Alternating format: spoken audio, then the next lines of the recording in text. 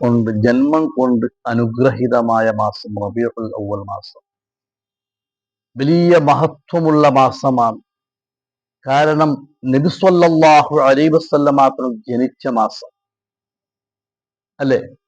നബി സ്വല്ലല്ലാഹു അലൈഹി വസല്ലം മാത്രം ലോകത്തേക്ക് അള്ളാഹു റഹ്മത്തായിട്ട് ആ റഹ്മത്തായ നബിക്ക് ജനിക്കാനുള്ള തെരഞ്ഞെടുത്ത മാസമാണ് റബീഉൽ അവ്വൽ മാസം. നബി സ്വല്ലല്ലാഹു അലൈഹി വസല്ലം തങ്ങളുടെ മദ്ഹുകൾ എല്ലാ ദിവസവും ചൊല്ലണം. റസൂലുള്ളാഹിന്റെ മേലുള്ള സ്വലാത്ത് എല്ലാ ദിവസവും ചൊല്ലണം. പ്രത്യേകിച്ചും റബീഉൽ അവ്വൽ മാസം വരുമ്പോൾ കൂടുതൽ റസൂലുള്ളാഹിന്റെ മദ്ഹ് പറയണം. മഹാന്മാരായ പണ്ഡിതന്മാർ പറഞ്ഞത്, മൗലിദ് ഓതുന്ന നബി സ്വല്ലല്ലാഹു അലൈഹി വസല്ലം തങ്ങളുടെ മദ്ഹ് പാടുന്ന റസൂലുള്ളാഹി സ്വല്ലല്ലാഹു അലൈഹി വസല്ലം തങ്ങളുടെ മഹത്വങ്ങൾ പറയുന്ന സദസ്സിലേക്ക് ഒരാൾ പോയാൽ, റസൂലുള്ളാഹിനെ ബഹുമാനിച്ച് റസൂലുള്ളാഹിനെ സ്നേഹിച്ച് ആ റസൂലുള്ളാഹിന്റെ മദ്ഹ് ചൊല്ലുന്ന സദസ്സിനെ ലക്ഷ്യം വെച്ച് ഒരാൾ പോയാൽ, മഹാന്മാരായ പണ്ഡിതന്മാർ പറയുന്നത് ഫഖദ് ഖസദ റൗളതൻ മിൻ റിയാദിൽ ജന്ന, സ്വർഗത്തിനെ കരുതി അവൻ പോകും പോലെയാണ്. സ്വർഗത്തിന്റെ തോട്ടങ്ങൾ നട്ട് ഒരു തോട്ടത്തെ ഉദ്ദേശിച്ച് പോകും പോലെയാണ് റസൂലുള്ളാഹിന്റെ മൗലിദിന്റെ മദ്ഹിന്റെ മജ്ലിസിലേക്ക് പോകൽ. എന്തേ? ആ മഹാന്മാർ പറയുന്നത് ലിഅന്നഹു മാ ഖസദ ദാലിക, അവൻ വേറല്ല ഈ ലക്ഷ്യം, വേറെ ഒരു ഉദ്ദേശവുമില്ല. അവൻ ഉദ്ദേശിച്ചത് റസൂലുള്ളാഹിന്റെ മൗലിദിന്റെ റസൂലുള്ളാഹിന്റെ മഹത്വം പറയുന്നതാണ്. അത് റസൂലുള്ളാഹിന്റെ മഹത്വം പറയുന്ന മജ്ലിസ് അത് സ്വർഗത്തിന്റെ ബളത്തിനെ കരുതി പോകും പോലെയാണ് എന്ന് മഹാന്മാർ പറഞ്ഞു. ഇൻഷാ അല്ലാഹ് നമുക്ക് ഈ ഒരു റബീഉൽ അവ്വൽ മാസത്തിൽ നമ്മളെ കൊണ്ട് കഴിയുന്നൊരു 12 ദിവസം എല്ലാ വീട്ടിലും റസൂലുള്ളാഹിന്റെ മദ്ഹ് ഓതണം, റസൂലുള്ളാഹിന്റെ മദ്ഹുകൾ പാടണം. ഞങ്ങൾ എല്ലാ കൊല്ലവും റസൂലുള്ളാഹിന്റെ മഹത്വത്തിനെ കുറിച്ച് പറയുമ്പോൾ ഇൻഷാ അല്ലാഹ് ഈ കൊല്ലം നമ്മുടെ പള്ളിയിൽ റസൂലുള്ളാഹിന്റെ മദ്ഹുകളെ കുറിച്ച്, റസൂലുള്ളാഹിന്റെ ബഹുമാനത്തെ കുറിച്ച് പറയുകയാണ്.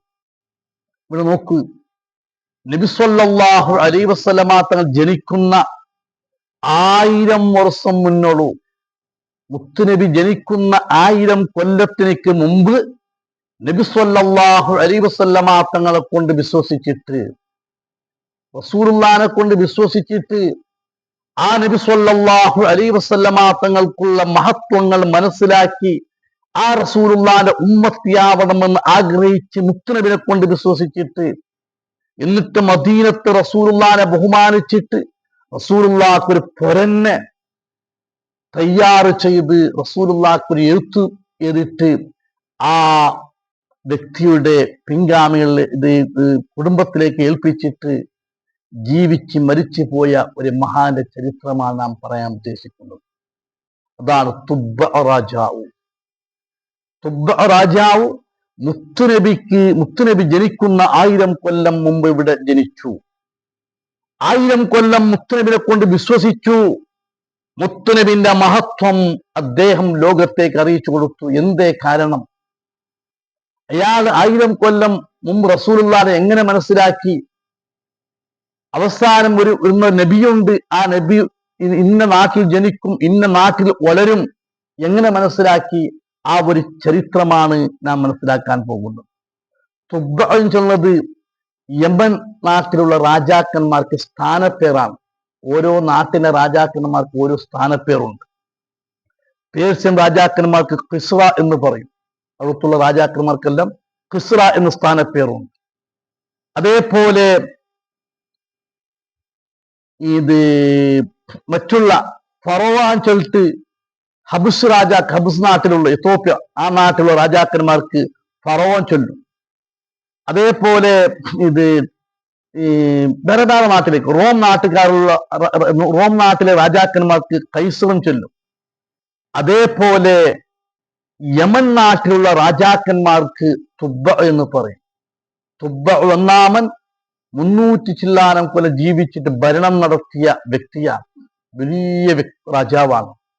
അദ്ദേഹത്തിന്റെ ചരിത്രം പറയുന്നു, അദ്ദേഹം യുദ്ധം ചെയ്യുന്ന അദ്ദേഹത്തിന്റെ പട്ടാളക്കാരെ ഒട്ടകത്തെ ഇങ്ങനെ നിപ്പിച്ചെങ്കിൽ അത് ഡമസ്കസ് നിന്ന് സൻആ വരെ എന്താവും എത്തും, അത്രയും നീളമുണ്ടാകും. അദ്ദേഹത്തെ പട്ടാളക്കാർ യുദ്ധത്തിന്റെ സമയത്ത് ഉപയോഗിക്കുന്ന ആ ഒട്ടകത്തെ ഇങ്ങനെ സാലാക്കി നിപ്പിച്ചെങ്കിൽ ഡമസ്കസിൽ നിന്ന് സൻആ വരെ എത്താനുള്ള ഒട്ടകമുണ്ടായിരുന്നു. അദ്ദേഹത്തിന് സ്വഭാവമാണ് ഒരു കൊല്ലത്ത് ഒരു പ്രാവശ്യം പ്രജകളെ കാണാൻ പോകും. ഓരോ നാട്ടിലേക്ക് അദ്ദേഹത്തിന്റെ അനുയായികളെ മനസ്സിലാവുന്നില്ല, പ്രജകളെ കാണാൻ വേണ്ടി പോകും. അങ്ങനെ ഒരു കൊല്ലം അദ്ദേഹത്തിന്റെ 1,00,000 ചില്ലാനം വരുന്ന പട്ടാളക്കാർ, അതെങ്ങനെ യുദ്ധം ചെയ്യുന്നവർ? അവർ വാഹനത്തിന് മേലെ കുതിരപ്പടയാളികളാണ്. അതേപോലെ 1,00,000 ചില്ലാനം കാൽ നടത്തത്തിൽ യുദ്ധം ചെയ്യുന്ന സൈനികന്മാർ, അങ്ങനെ 2,00,000 ചില്ലാനം വരുന്ന സൈനികരുമായിട്ട് അദ്ദേഹം യമന് പുറപ്പെട്ടു ഓരോ നാട്ടിന്റെ അനുയായികളെ കാണാൻ വേണ്ടി. ഓരോ നാട്ടിലേക്ക് എത്തുമ്പോൾ ആ നാട്ടിന്റെ അനുയായികൾ അയാളെ സ്വീകരിക്കും, അയാളെ വെൽക്കം ചെയ്യും. വേണ്ടുന്ന എല്ലാ സൗകര്യങ്ങളും അദ്ദേഹത്തെ സ്വീകരിക്കുന്ന എല്ലാ സദസ്സുകളും ഉണ്ടാക്കും. വലിയ സ്ഥാനം കൊടുത്ത്, വലിയ ബഹുമാനം കൊടുത്ത്, ഞങ്ങളുടെ നാട്ടിന്റെ പ്രധാനമന്ത്രി, ഞങ്ങളുടെ നാട്ടിൽ രാജാവ് വരുന്നുണ്ട് എന്ന് പറഞ്ഞ് വലിയ വലിയ സദസ്സും വലിയ വലിയ സൗകര്യങ്ങളും വലിയ വലിയ വ്യവസ്ഥകൾ ചെയ്യും. ആ നിലക്ക് ബഹുമാനിക്കും. അങ്ങനെ വന്നിട്ട് ഒരു വടക്കെത്തി പരിശുദ്ധമായ മക്കയിലേക്ക് എത്തി. രാജാവും അതേപോലെ അദ്ദേഹത്തിന്റെ പട്ടാളക്കാരും, അവരെ കൂട്ടത്തിൽ അദ്ദേഹത്തൊരു മന്ത്രിയുണ്ട്. അദ്ദേഹം പ്രത്യേകമായിട്ട് അദ്ദേഹത്തെ എല്ലാ വിഷയങ്ങളും അദ്ദേഹത്തിനേക്ക് തീരുമാനിച്ചു കൊടുക്കുന്ന ഒരു മന്ത്രിയുണ്ട്. ആ മന്ത്രിക്ക് ഒരു പേരുമുണ്ട്, അമാരീസിഞ്ചരിട്ട്. അപ്പോ ആ മന്ത്രിയാണ് എല്ലാം തീരുമാനിക്കുന്നത്. ഇന്ന നാട്ടിലേക്ക് പോകണം, ഇന്ന വിഷയങ്ങൾ ചർച്ച ചെയ്യണം, എല്ലാം തീരുമാനിക്കുന്നത് അദ്ദേഹത്തിന് പ്രധാനപ്പെട്ട ഒരു അമാരീസിഞ്ച ഒരു മന്ത്രിയാണ്. അങ്ങനെ എല്ലാ നാട്ടുകാരും ബഹുമാനിച്ചിരുന്നു. പക്ഷെ മക്കയിൽ എത്തിയപ്പോൾ ആരും തുബ്ബ രാജാവിനെ കൂട്ടാക്കുന്നില്ല. മക്കത്തെ അറബികൾ എന്താക്കുന്നില്ല, ആരും തുബ്ബ രാജാവിനെയോ അദ്ദേഹത്തിന്റെ പട്ടാളക്കാരെ ആരും കൂട്ടാക്കുന്നില്ല, ബഹുമാനിക്കുന്നില്ല. രാജാവിനിക്ക് അരിസം വന്നു. എല്ലാ നാട്ടിലെ പ്രജകൾ ഞങ്ങളെ സ്നേഹിക്കുന്നു, ഞങ്ങളെ ബഹുമാനിക്കുന്നു, ആദരിക്കുന്നു. എന്തേ മക്കാര് എന്താക്കുന്നില്ല, ഞങ്ങളെ സ്നേഹിക്കുന്നില്ല, ഞങ്ങളെ ബഹുമാനിക്കാത്ത എന്തേ കാരണം?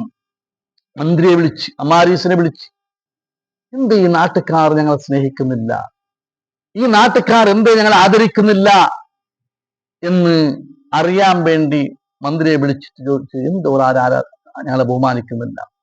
അങ്ങനെ അമാരീസ് മനസ്സിലാക്കിയപ്പോൾ അമാരീസിലേക്ക് മനസ്സിലായി, ഈ നാട്ടുകാർ അറബികളാണ്. അവർ ജാഹിലീങ്ങളാണ്, വിവരമൊന്നുമില്ല.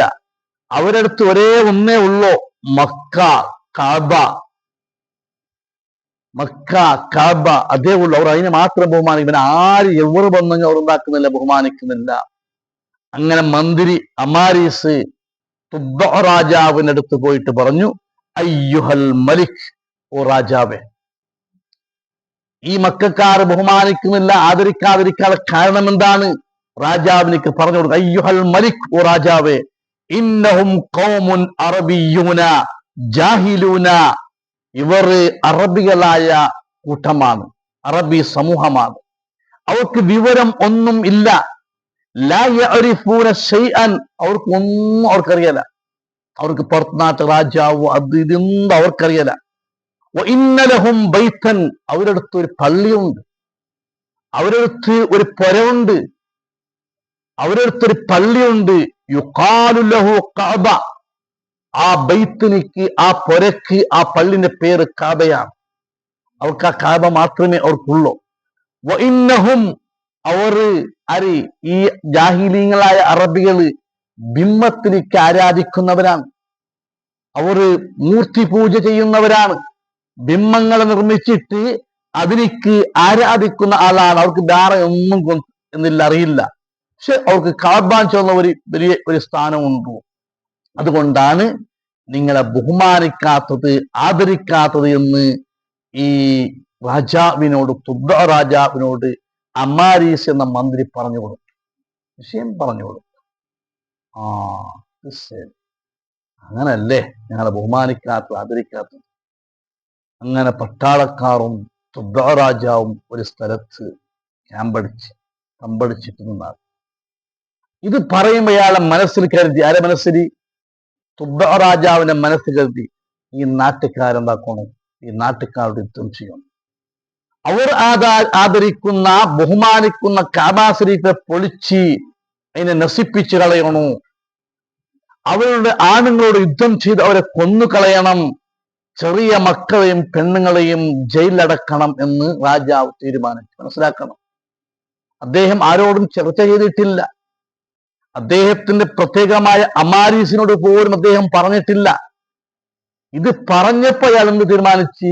അവർക്കൊരു പാഠം പഠിപ്പിക്കണം. അതങ്ങനെ അവർ ബഹുമാനിക്കുന്ന കഅബ ശരീഫ് നശിപ്പിക്കണോ, അവരോട് യുദ്ധം ചെയ്യണോ, അവരെ പെണ്ണുങ്ങളെയും മക്കളെയും ജയിലടക്കണോ, ആണുങ്ങളെ കൊന്നുകളയണോ എന്നെങ്കിൽ ഞങ്ങൾ എന്താക്കുറ പേടിച്ച് ഞങ്ങൾ ആദരിക്കും, ബഹുമാനിക്കും. ഇത് മനസ്സിൽ കരുതിയത് മാത്രമേ. ഇത് ഈ തുബ്ബ രാജാവ് മനസ്സിൽ കരുതിയതേ ഉള്ളൂ, ഒന്നും ചെയ്തിട്ടില്ല. അപ്പൊ തുടങ്ങി തല ചുറ്റാൻ അയാൾക്ക്, തല കരങ്ങാൻ തുടങ്ങി. മാത്രമല്ല മൂക്കും നെട്ടും വായനിട്ടും മാറിയ വാസനകൾ പുറത്തു വരാൻ തുടങ്ങി. അദ്ദേഹത്തിന്റെ മൂക്കുനിട്ടും ശ്വാസം വിടുമ്പോൾ ആ ശ്വാസവും എല്ലാം മാറുന്ന, മനുഷ്യനിക്ക് അടുക്കാൻ കഴിയാത്ത ആ ഒരു നാറ്റം വരാൻ തുടങ്ങി. അങ്ങനെ കൂടുതലായി മനുഷ്യന്മാർക്ക് പോലും അടുക്കാൻ കഴിയാത്ത അവസ്ഥയ്ക്ക് എത്തി. സ്വന്തം മന്ത്രി അമാരീസിനിക്ക് പോലും തുബ്ബ രാജാവിനടുത്ത് അടുത്തേക്ക് പോകാൻ കഴിയാത്ത അവസ്ഥ വന്നു. ഒന്നും ചെയ്യാൻ പറ്റുന്നില്ല. മൂക്കുന്നും കണ്ണുന്നും കാതുന്നും വായിന്നും വരുന്നത് നാറിയ വാസനയാണ്, ദുർഗന്ധമാണ്. മൂക്കിന് ഇങ്ങനെ വെള്ളം, നാറിയ വെള്ളം, നാറ്റമുള്ള വാസനയുള്ള വെള്ളം അതിങ്ങനെ ഒലിച്ചു പോകാൻ തുടങ്ങി. ആർക്കും അടുക്കാൻ കഴിയാത്തൊരവസ്ഥ. അപ്പൊ തുബ്ബ രാജാവ് മന്ത്രിനെ വിളിച്ചിട്ട് പറഞ്ഞു, കാരണം ഈ രാജാവിന്റെ അടുത്ത് ഒരു പ്രത്യേകതയുണ്ട്. 1,00,000 2,00,000 ചില്ലാനം വരുന്ന ആളുകളുണ്ട്. അതേപോലെ 4000-ഓളം വരുന്ന പണ്ഡിതന്മാരും ഡോക്ടർമാരുമുണ്ട്. ഓരോ നാട്ടിലേക്ക് പോകുമ്പോൾ അവിടെ 10 ആലിമീങ്ങൾ ഉണ്ടാക്കും, അദ്ദേഹത്തിന്റെ കൂട്ടിക്കോളും. ഒരു നാട്ടിലേക്ക് എത്തിയാൽ ആ നാട്ടിലെ 10 ആലിമീങ്ങൾ തിരഞ്ഞെടുക്കും. എന്നിട്ട് അദ്ദേഹത്തിന്റെ കൂടെ കൂട്ടിക്കൊണ്ടുപോകും. അങ്ങനെ ഓരോ നാട്ടിലും 10 ആളെ എടുത്തിട്ട് ഏകദേശം 1000-ഓളം വരുന്ന ആലിമീങ്ങള്, അതേപോലെ ഡോക്ടർമാര്, വേറെ ആളുകൾ അയാളെ കൂടെയുണ്ട്. ഡോക്ടർമാരുണ്ട്, ഒരുപാട് ആലിമീങ്ങളുണ്ട്. ഓരോ നാട്ടിലും 10 ഇങ്ങനെ തെരഞ്ഞെടുത്ത ആ ആലിമീങ്ങൾ 1000-ഓളം വരുന്ന ആലിമീങ്ങളുണ്ട്. അങ്ങനെ അവരുടെ ഓരോ നാട്ടിലും 10 പണ്ഡിതന്മാർ അയാൾ യാത്രയിൽ സംഘത്തിലേക്ക് തെരഞ്ഞെടുക്കും. അങ്ങനെ അവർ മക്കയിൽ എത്തിയപ്പോൾ വ്യത്യസ്ത നാടുകളിൽ നിന്നും തെരഞ്ഞെടുത്ത 4000 പണ്ഡിതന്മാർ, 1000 4000 വരുന്ന പണ്ഡിതന്മാർ അയാളെ കയ്യിലുണ്ട്. ഡോക്ടർമാരുണ്ട്. അങ്ങനെ ഈ നാറ്റം വരുമ്പോ ഈ എന്തൊരു കാരണം വേണമല്ലോ, എന്റെ മൂക്കുന്നും വായിന്നും ഇങ്ങനത്തെ ഒരു നാറ്റം വരാനുള്ള കാരണം എന്താണ് എന്ന് അറിയാൻ വേണ്ടി മന്ത്രിനെ വിളിച്ചെല്ലി എല്ലാ ഡോക്ടർമാരെയും